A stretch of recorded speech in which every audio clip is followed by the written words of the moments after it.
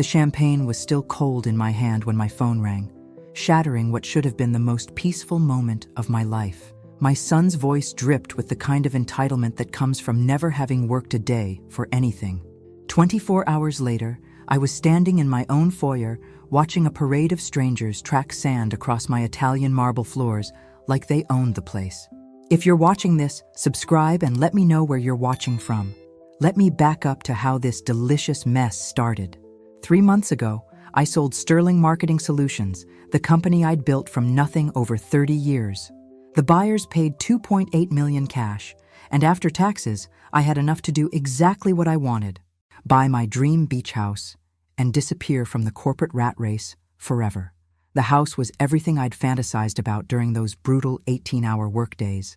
6,000 square feet of weathered cedar and glass perched on the dunes of the Outer Banks, with panoramic ocean views and enough space to host my entire extended family for the holidays I'd been too busy to enjoy for decades.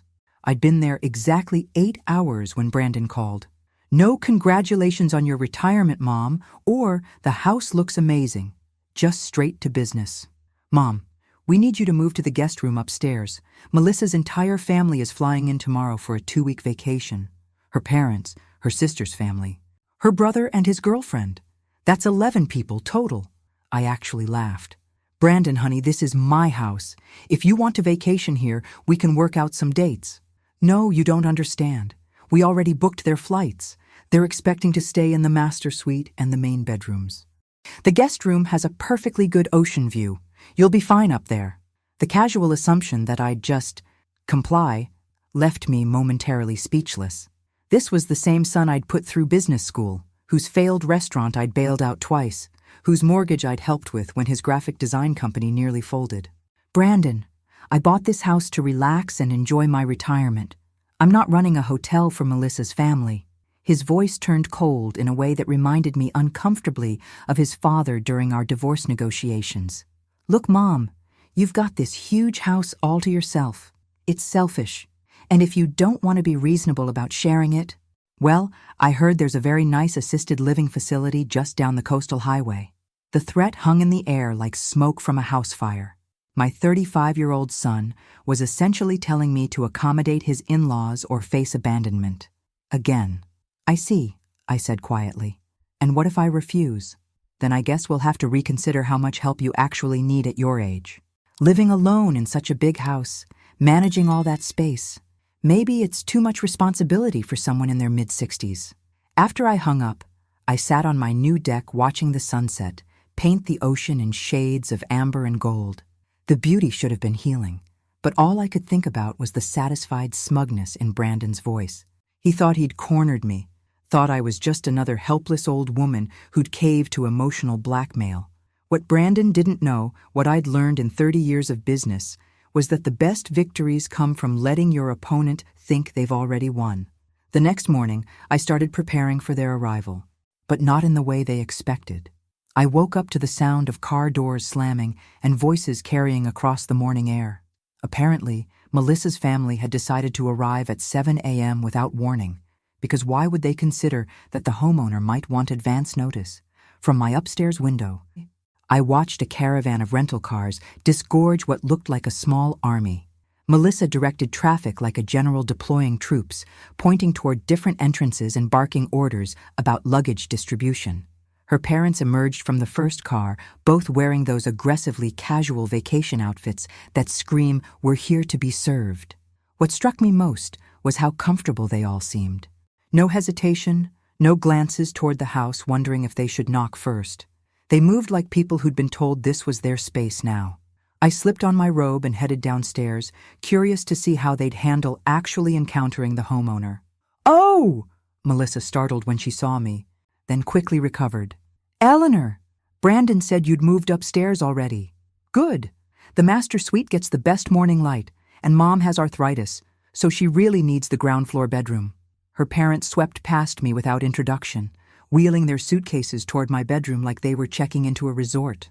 Melissa's sister Rachel and her husband corralled their 2 teenagers toward the guest bedrooms on the 2nd floor, while brother Kevin and his girlfriend claimed the den with the pull-out sofa. "Coffee's in the kitchen," I said mildly. Help yourselves. Oh, we brought our own supplies, Melissa chirped, opening my pantry and beginning to rearrange my carefully organized shelves.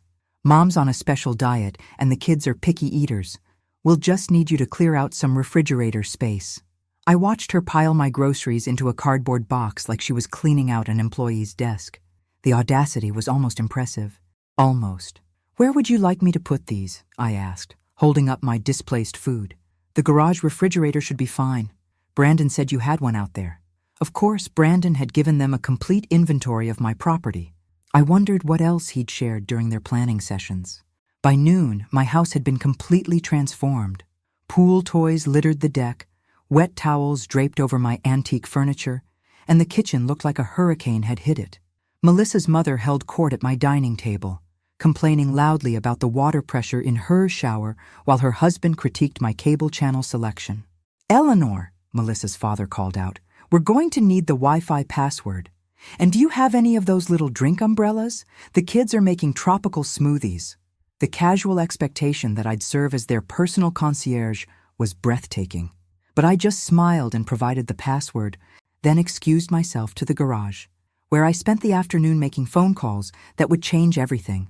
The first call was to my attorney, Sarah Chen, who'd handled the house purchase. "Sarah, I need you to pull the deed on the Outer Banks property. Specifically, I need to confirm the exact legal ownership structure." The second call was to my accountant, who'd structured the house purchase for optimal tax benefits. "Jim, remember how we set up the beach house purchase? Walk me through the ownership details again." The third call was to a local investigator I'd used during some messy corporate acquisitions. "Mike, I need a background check run on some house guests. Full financial workup, employment history, social media deep dive. Yes, I'll pay your rush fee." By dinner time, while Melissa's clan devoured steaks they'd helped themselves to from my freezer, I had all the information I needed. But I wasn't ready to play my cards yet. Better to let them get truly comfortable first. That night, as I lay in the small guest room listening to 11 people enjoy my house below me, I smiled in the darkness. Tomorrow would bring the first surprise. I woke up to find my coffee maker occupied by a line of Melissa's relatives, treating my kitchen like a hotel breakfast buffet.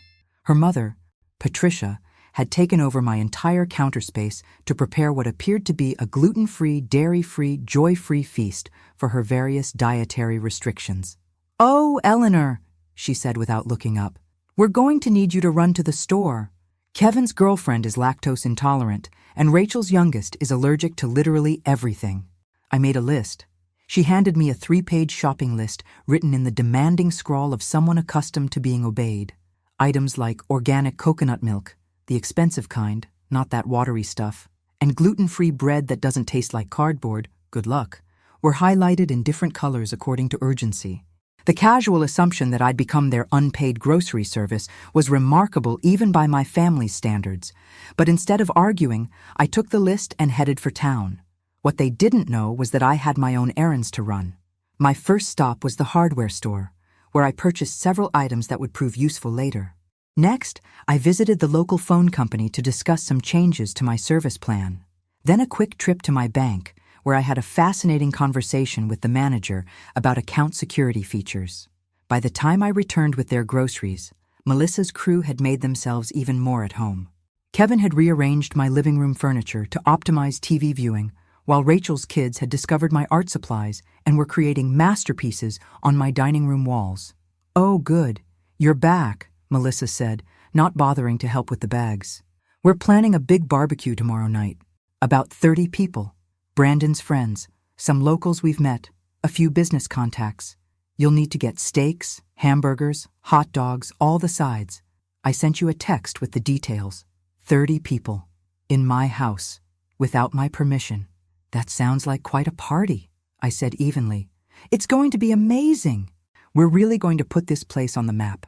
Brandon said you never entertained much, so it's probably good to get some real use out of this kitchen." I noticed she'd already started moving my personal items out of the common areas. Family photos, my books, even my mother's antique vase had been temporarily relocated to make room for their vacation aesthetic. That evening, while they planned their party from my deck chairs, I made another round of phone calls from the garage. this time to some old business contacts who owed me favors. Big favors. "Tom, it's Eleanor Sterling. Yes, I know I'm retired, but I need a small favor. How quickly can your catering company handle a last-minute event? 30 people, tomorrow night. Money's no object, but there's a catch."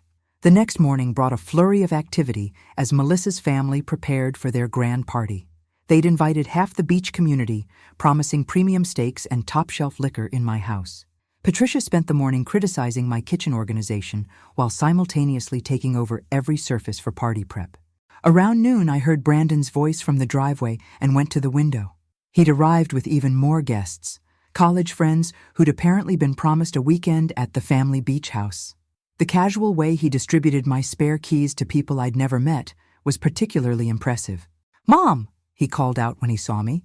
"There you are. Hope you're ready for a real party. We've got some important people coming tonight. Business networking, you know? This house is perfect for making connections. Important people.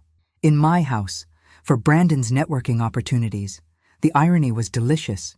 I spent the afternoon on the deck, reading and watching their preparations with the detached interest of an anthropologist studying a primitive tribe.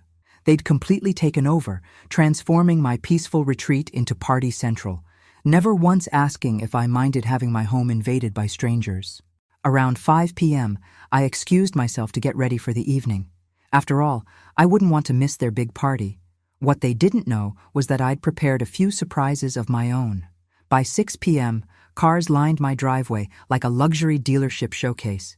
Mercedes, BMWs, and Range Rovers belonging to the important people Brandon had invited to network at his mother's expense. I watched from my upstairs window as strangers wandered through my garden, helped themselves to drinks from my bar, and settled into my furniture like they owned it. Melissa had outdone herself with the decorations, creating what she called beach house chic by rearranging 30 years' worth of my collected treasures. My grandmother's quilts were now casual throw blankets. My award plaques had been tucked away as too corporate, and she'd actually moved my personal photographs to the closet so they wouldn't clutter the aesthetic.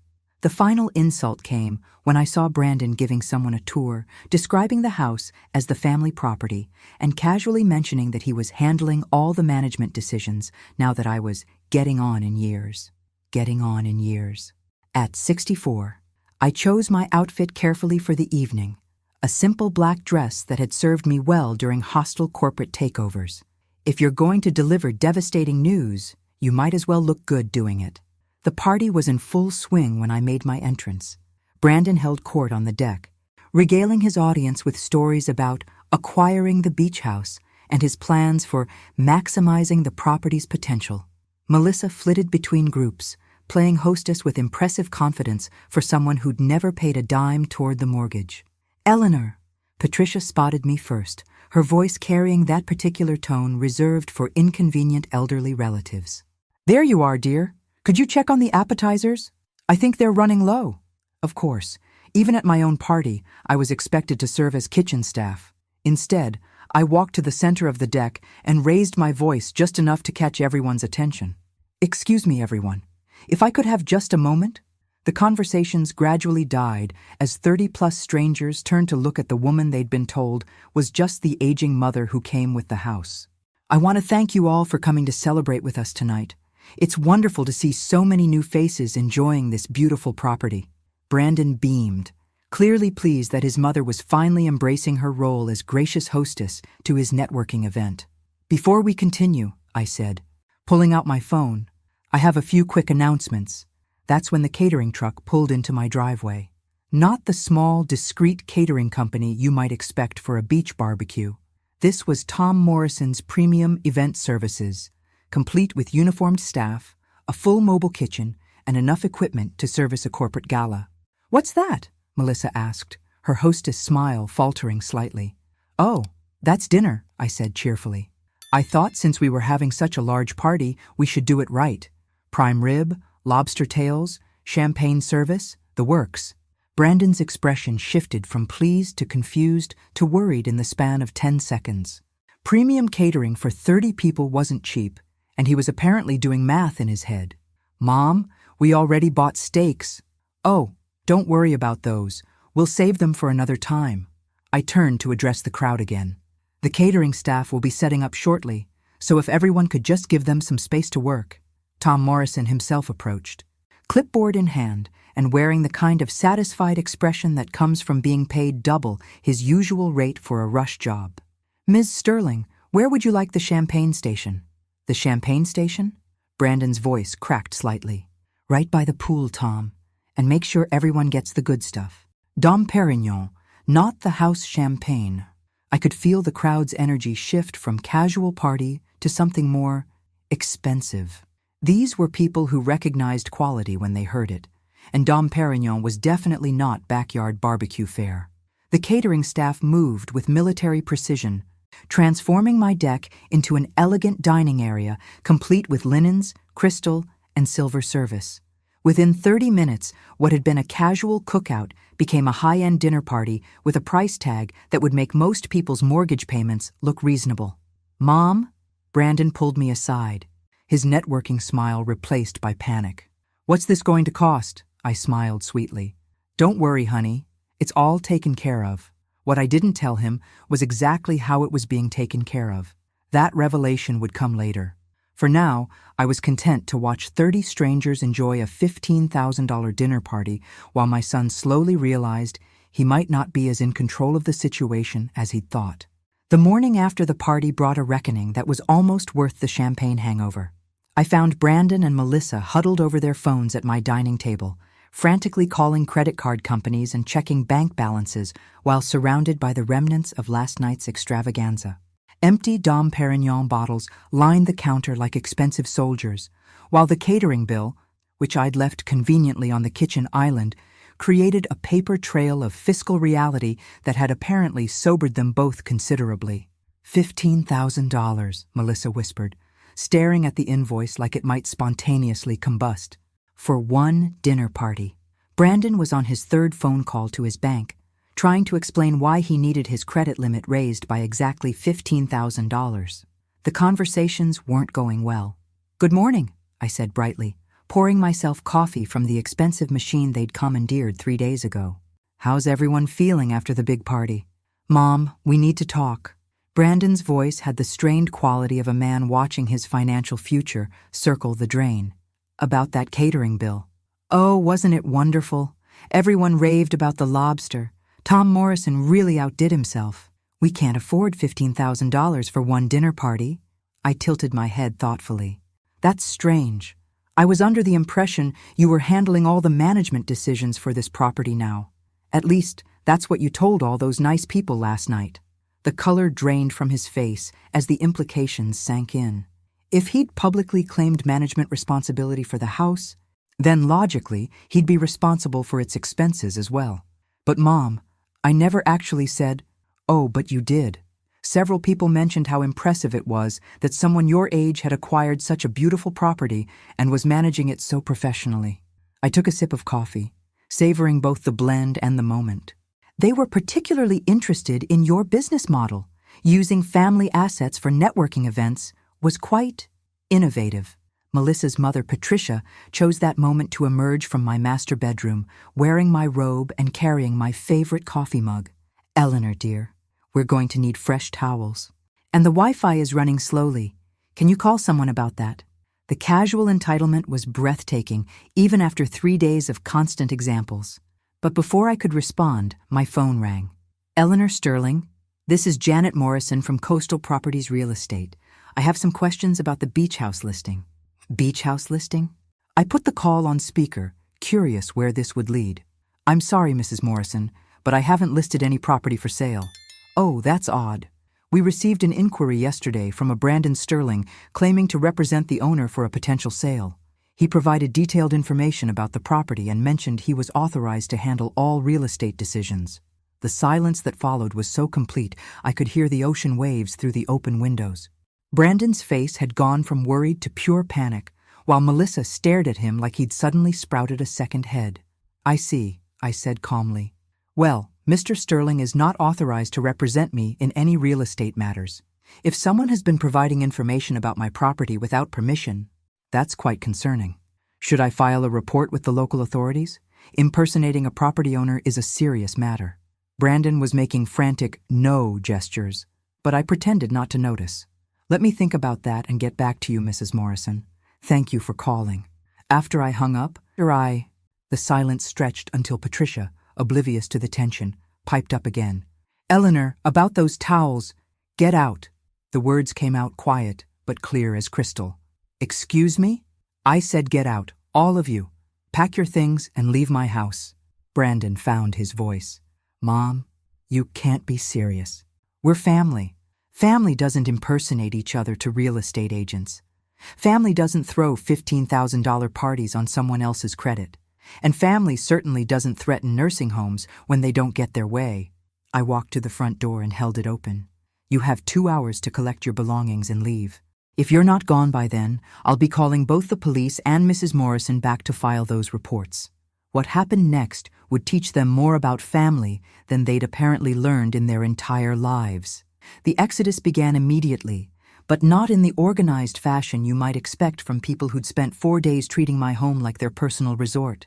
Instead, it devolved into a chaotic scramble of accusations, blame-shifting, and desperate negotiations that would have been comical if it weren't so pathetic. Patricia emerged from my master bedroom, dragging her suitcase and muttering about ungrateful hosts and false advertising. Kevin's girlfriend loudly complained about having to cut their vacation short because of my unreasonable demands. Rachel's teenagers actually seemed relieved. Apparently, sharing space with so many adults hadn't been their idea of a good time either. But it was Brandon's reaction that surprised me most. Instead of apologizing or attempting to make amends, he doubled down on his entitlement. You're making a huge mistake, Mom. Do you know who some of those people were last night? I was building valuable business relationships, networks that could benefit the whole family. The whole family? I raised an eyebrow. You mean the family you threatened to dump in a nursing home if I didn't comply with your demands? Melissa tried a different approach, switching to her most manipulative voice. Eleanor, I think we got off on the wrong foot here. Maybe we can work something out. Split the house time? Shared expenses? Shared expenses? I almost laughed. Like the $15,000 you can't afford to pay? Or the groceries I bought for your family's special diets? Or perhaps the utility bills that tripled when 11 people moved in? That's when Brandon played what he clearly thought was his ace card. Fine. But you're going to regret this. You think you can just live in this huge house all alone? At your age, what happens when you fall? When you can't manage the upkeep? You're going to need family, and we won't be there. The threat hung in the air like smoke, and I could see him thinking he'd won. That he'd successfully backed me into a corner with the specter of elderly helplessness and isolation. What Brandon didn't realize was that he'd just handed me the perfect opportunity to deliver the piece de resistance. You know what, Brandon? You're absolutely right. I can't manage this house alone. It's far too much responsibility for someone my age. His expression shifted to smug satisfaction. So you'll reconsider, which is why I sold it. The words dropped like a bomb in the sudden silence. Brandon's mouth actually fell open, while Melissa froze halfway through folding a beach towel. What do you mean sold it? Patricia demanded. I walked to my desk and retrieved a folder I'd been keeping for just this moment. I sold it. Yesterday morning, as a matter of fact. All cash offer, quick closing. Very convenient timing. But you can't have sold it. We're staying here. We have plans. Had plans, I corrected gently. The new owners take possession next week. Professional property managers from Chicago. Lovely people. They plan to rent it out to carefully screened families who appreciate peace and quiet. Of course, this wasn't entirely true. What I'd actually done was transfer the property into an LLC I controlled, with management handled by a company that specialized in high-end vacation rentals. But the effect was the same. Brandon and his entitled family were no longer welcome, and there was nothing they could do about it. You can't do this! Brandon's voice cracked with desperation. This is our family home. No! Brandon, this was my retirement home. The home you told me I was too old to manage alone. The home you threatened to take away from me if I didn't submit to your demands. I closed the folder with a satisfying snap.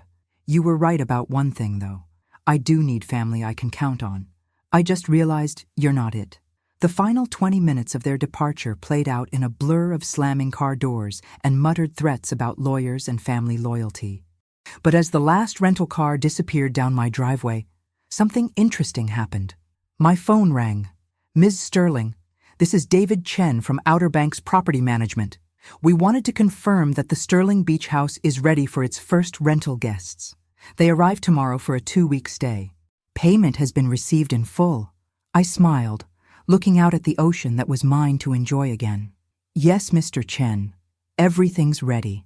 I think you'll find our guests will be much more appreciative than the last group. After all, the best revenge isn't just success, it's profitable success." But this story was far from over. In fact, the real surprises were just beginning. The new renters arrived exactly as scheduled. The Patterson family from Richmond, a soft-spoken couple with 2 well-behaved teenage daughters who spent their first hour apologizing for disturbing me and asking permission to use the pool. The contrast with my recent house guests was so stark, it would have been funny if it weren't so refreshing. "Mrs. Sterling," Mrs. Patterson said carefully, "we want to make sure we're not imposing. The property management company said you live on site." "I have a small apartment above the garage," I lied smoothly. What they didn't need to know was that I'd simply moved back into my master bedroom the moment Brandon's convoy disappeared. "Please, treat the house as your own. That's what you're paying for." The rental income was substantial, $8,000 for 2 weeks, with bookings solid through the summer season. Not only had I reclaimed my peace, but I'd turned my forced hospitality into a profitable business venture. Sometimes the universe has a delicious sense of irony. My quiet morning coffee ritual was interrupted by the doorbell. Through the peephole, I could see a woman in an expensive suit holding what appeared to be legal documents. This should be interesting. "Ms. Sterling, I'm Rebecca Walsh from Walsh, Henderson & Associates. I represent your son Brandon Sterling in a property dispute matter." Of course he'd hired a lawyer. I should have expected this, though I was impressed he'd managed to scrape together legal fees, given his apparent cash flow problems. "What can I do for you, Ms. Walsh?" "My client believes there may have been some irregularities in the recent property transfer. He's concerned about elder abuse, specifically financial exploitation of a vulnerable family member." The audacity was breathtaking.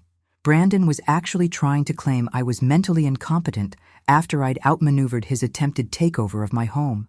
I had to admire the strategy, even as it infuriated me. "I see. And what exactly does your client consider irregular about a property owner making decisions about their own asset?" "Well, the sudden sale, the isolation of family members, the apparent confusion about property management." She consulted her notes. "My client is particularly concerned about the emotional distress you may be experiencing following your recent retirement.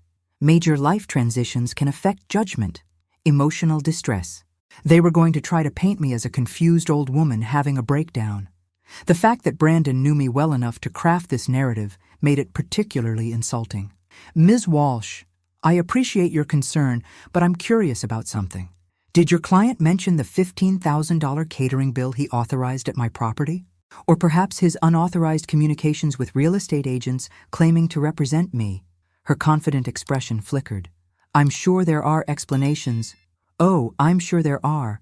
In fact, I think this conversation would be much more productive if we involved my attorney. She specializes in elder law. Actually, particularly cases involving financial exploitation by adult children." The color drained from her face. In the legal world, elder financial abuse was serious business, and the evidence trail Brandon had left was extensive. Credit card charges, witness statements from the catering company, recorded phone calls with real estate agents. It would make a prosecutor's job remarkably easy. "Perhaps we could arrange a meeting to discuss this matter more thoroughly." "Perhaps we could. I'll have Sarah Chen's office contact you to schedule something appropriate." After she left, I called Sarah immediately. "Eleanor, I was wondering when I'd hear from you about this. Brandon's lawyer called yesterday, fishing for information about your mental capacity. I told her that in 30 years of representing you, I'd never met a sharper businesswoman. He's really trying the incompetence angle? Classic desperate move. The problem is, you've got documentation for everything, witnesses to his behavior, and a paper trail that makes him look like he was systematically exploiting you. If he pushes this, It's going to backfire spectacularly. But as I hung up the phone, I couldn't shake the feeling that Brandon wouldn't give up this easily. He'd invested too much pride in his attempted power play to retreat gracefully. I was right to be concerned. What I didn't know was how far he was prepared to go. The first sign that Brandon was escalating came 3 days later when Mrs. Patterson approached me with obvious discomfort written across her face. "Mrs. Sterling, I hope you don't mind me mentioning this, but a young man came by yesterday claiming to be your son. He seemed quite upset and wanted to know our rental rates and booking schedule." My blood chilled. Brandon was investigating my rental arrangements, which meant he was looking for angles to attack the property transfer. "What did you tell him?" "Nothing, of course. It seemed inappropriate to discuss your business with someone we hadn't been introduced to, family or not. But he was quite persistent. He mentioned something about health concerns and your ability to manage such a large property." The manipulation was textbook Brandon. Plant seeds of doubt about my competence with my own tenants, hoping they'd report concerns to the property management company or local authorities. The strategy was clever and absolutely infuriating. "Mrs. Patterson, I appreciate you handling that situation with discretion. If he returns, please don't hesitate to call the police. I haven't authorized anyone to inquire about my property management decisions." That evening, I received a call that confirmed my worst suspicions. "Mom, we need to talk." Brandon's voice carried a smugness that set my teeth on edge. "I've been doing some research into your recent decisions." "Such as?" "Such as the fact that you're running an unlicensed bed and breakfast out of a residential property. Do you know what the zoning violations alone could cost you, and the liability issues if something happens to one of your tenants?" The threat was clear. Comply with his demands or face regulatory harassment that could shut down my rental operation and potentially cost me the house. Interesting theory. Interesting. "Brandon, did your research also discover that the property is properly zoned for short-term rental use and fully licensed through Dare County? Or that my insurance policy specifically covers vacation rental activities?" The silence that followed was gratifying. Of course I'd done my homework before setting up the rental operation. 30 years in business had taught me to anticipate every possible complication. You can't keep me away from my own family's property forever. It's not your family's property. It never was your family's property. It's my property, which I purchased with my money, and which I can dispose of however I choose. We'll see about that. The line went dead. But the threat lingered. Brandon was clearly building towards something bigger than legal challenges or zoning complaints. 2 days later, I discovered what. I was enjoying my morning coffee on the deck when a van pulled into my driveway. The logo on the side read Coastal Elder Care Services, and the woman who emerged wore scrubs and carried a clipboard with official-looking forms. "Mrs. Sterling? I'm Janet Torres, a social worker with Adult Protective Services. We've received a report of potential self-neglect and possible exploitation by caregivers. I need to conduct a welfare check." My son had called Adult Protective Services on me. He'd reported his own mother as a potentially abused elder in need of government intervention. The sheer viciousness of it took my breath away. "Of course," I said calmly, though my hands were shaking with rage. "Please come in. I assume you'll want to see the living conditions and speak with me privately?" The inspection that followed was thorough and professional. Janet checked my refrigerator for adequate food, examined my medications for proper storage and dosing, assessed my personal hygiene and mental state, and reviewed my financial arrangements to ensure I wasn't being exploited. What she found was a well-maintained home, a clearly competent elderly woman, and rental documentation that demonstrated sound business judgment rather than exploitation. "Mrs. Sterling, I have to ask about the person who filed this report. They claimed you were being isolated by caregivers and pressured into financial decisions you didn't understand. The person who filed this report is my son, who is angry that I refused to let him use my home as a free vacation rental for his extended family. When I declined his demands, he threatened to put me in a nursing home. Now, he's apparently decided to involve the government in our family dispute." Janet's expression hardened. "Are you saying this report was filed maliciously?" "I'm saying this report was filed by someone who has repeatedly demonstrated that he views my independence as an inconvenience to be eliminated." After Janet left with assurances that the case would be closed as unfounded, I sat on my deck watching the Patterson family enjoy their peaceful vacation and realized that Brandon had crossed a line that couldn't be uncrossed. It was time to stop playing defense and start playing offense. The counteroffensive began with a single phone call to Mike Santos, the private investigator I'd used for corporate due diligence. If Brandon wanted to play hardball with government agencies and legal threats, I'd give him a lesson in why you never go to war with someone who has better resources and fewer scruples. Mike, remember that background check you ran on my house guests? I need you to go deeper. Full financial forensics, employment verification, legal history, everything. How deep are we talking, Eleanor? I want to know what they had for breakfast last Tuesday. These people have declared war on my independence, and I intend to win it decisively.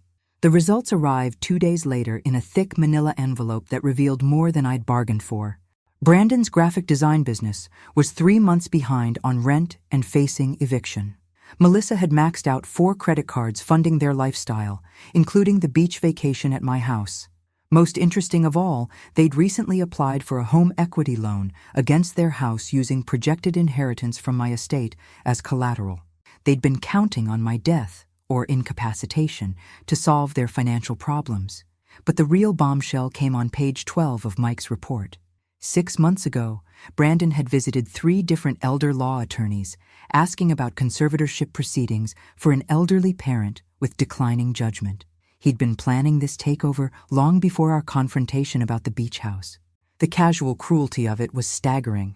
While I'd been celebrating my retirement and looking forward to spending time with family, my own son had been researching how to have me declared incompetent so he could control my assets. I called Sarah Chen immediately. Sarah, I need you to prepare some documents. A restraining order application, elder abuse charges, and I want to explore filing a lawsuit for attempted financial exploitation. Eleanor, are you sure you want to escalate this far? Family court battles can get very ugly. He called Adult Protective Services on me, Sarah. He tried to have the government declare me incompetent based on lies. This stopped being a family dispute when he decided to destroy my reputation to get his hands on my money.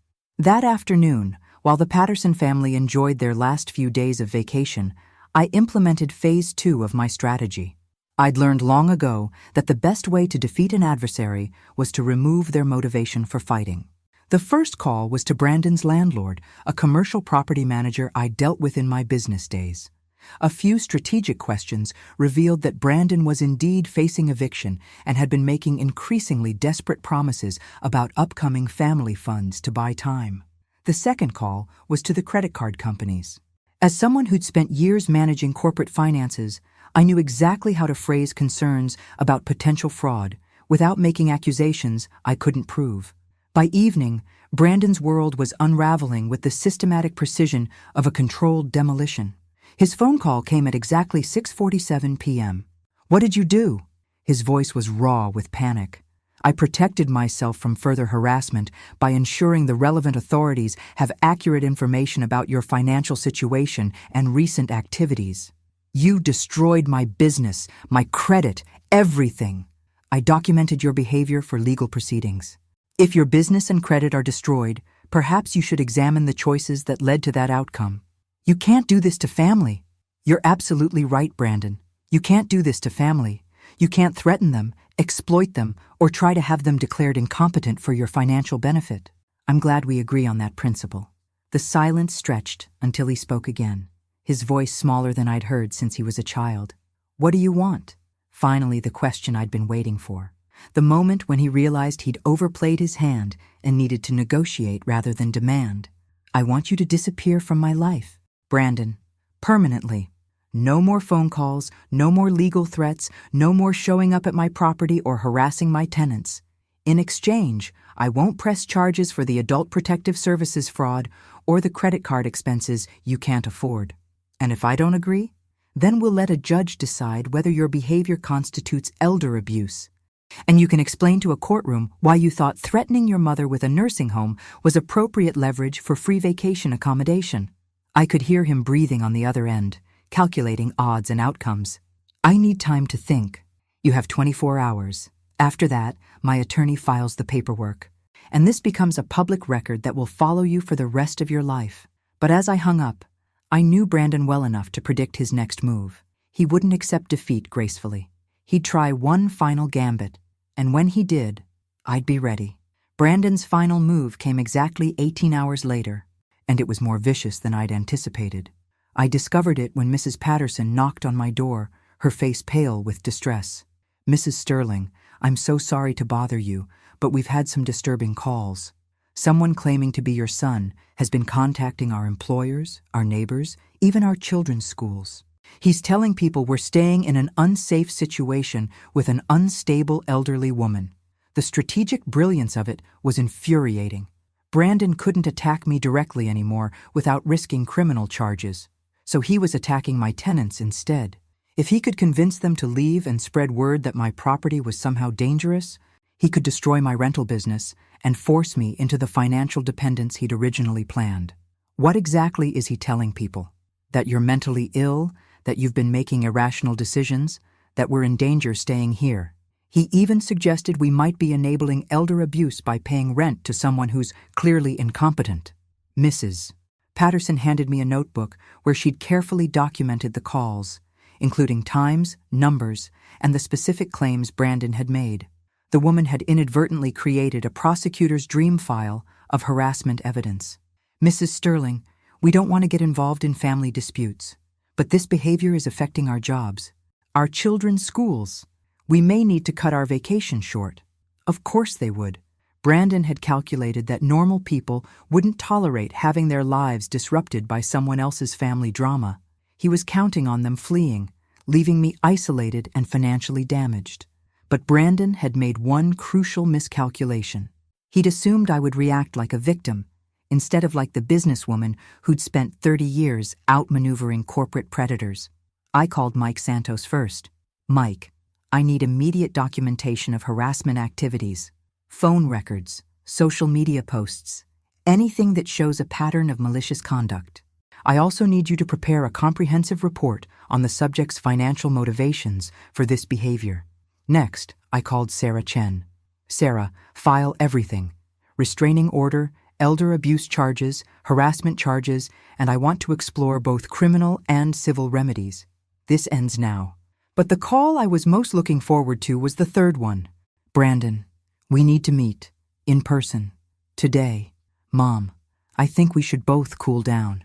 We're meeting today or tomorrow. You're explaining to a judge why you've been harassing innocent families and interfering with legitimate business operations. Your choice." 2 hours later, Brandon sat across from me in the law offices of Sarah Chen, looking like a man who'd finally realized he was drowning. Gone was the smug confidence of the son who'd threatened me with nursing homes. This was a frightened, desperate person who'd gambled everything on a power play that had backfired catastrophically. "Before we begin," Sarah said, spreading documents across the conference table, "I want to make sure everyone understands the legal exposure we're discussing here." The papers painted a damning picture. Documentation of financial exploitation attempts, evidence of harassment, records of false reports to government agencies, witness statements from multiple parties. Any prosecutor would salivate over a case this well documented. "Brandon," I said quietly, "I want you to understand something. 6 months ago, when you started researching conservatorship proceedings, you made a choice. You decided to treat your mother as an obstacle rather than as family. Everything that's happened since then has been the consequence of that choice." His face went white. "How did you—" "I know about the attorney consultations. I know about using my projected inheritance as collateral for loans you can't afford. I know about all of it." Sarah slid another document across the table. "This is a comprehensive financial audit of your family's situation over the past year. The pattern of expenditures, the assumption of inheritance, the timing of your mother's property conflicts, it tells a very clear story about motive." Brandon stared at the papers like they were a death sentence. In many ways, they were. "What do you want?" he whispered. I leaned forward, meeting his eyes for the first time in months. "I want the truth, Brandon. All of it. When did you start planning to take control of my finances? When did you decide I was more valuable to you incapacitated than independent? And most importantly, did you ever love me as a mother, or have I always just been a retirement plan to you?" The silence that followed would determine whether my son and I had any relationship worth saving. His answer would change everything. Brandon's hands shook as he reached for the water glass Sarah had placed in front of him. When he finally spoke, his voice was barely audible. It started after Dad died. My ex-husband had passed 3 years earlier from a sudden heart attack, leaving Brandon his sole male role model, and apparently some twisted ideas about family responsibility. Dad always said you were too independent for your own good, that women your age needed guidance, structure. When he died, he made me promise to take care of you when the time came.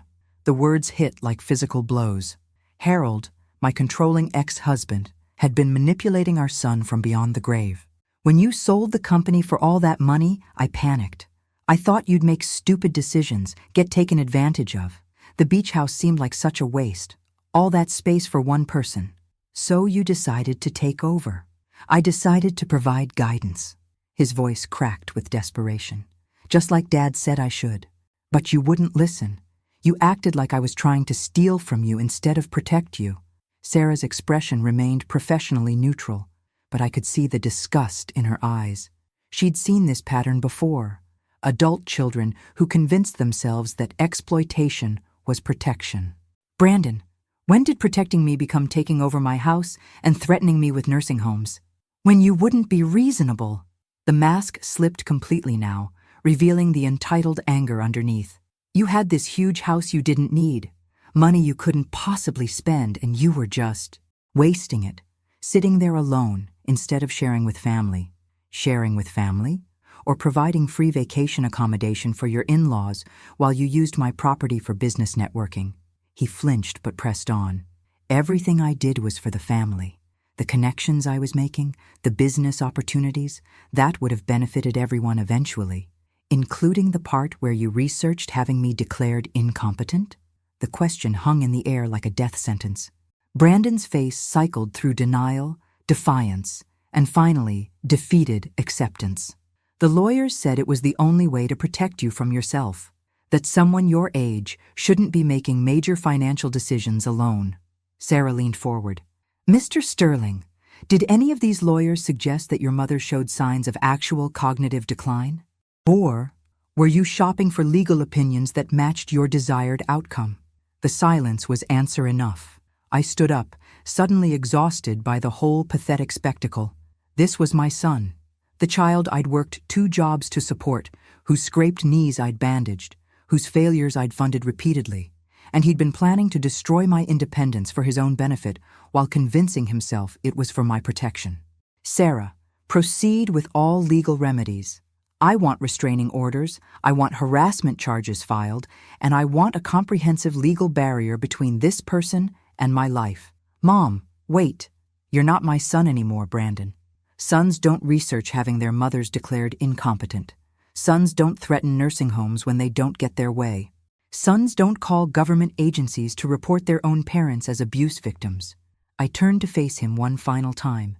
You want to know the ironic part? If you'd simply asked to visit the beach house occasionally, I would have said yes. If you'd been respectful, grateful, kind, I would have shared everything with you eventually. But you couldn't wait for generosity. You had to take control. His face crumpled. I can change. We can fix this. No, we can't. Trust, once broken this completely, can't be repaired. You've shown me who you really are, and I believe you. I walked toward the door, then paused. Oh, and Brandon? That $15,000 catering bill you authorized?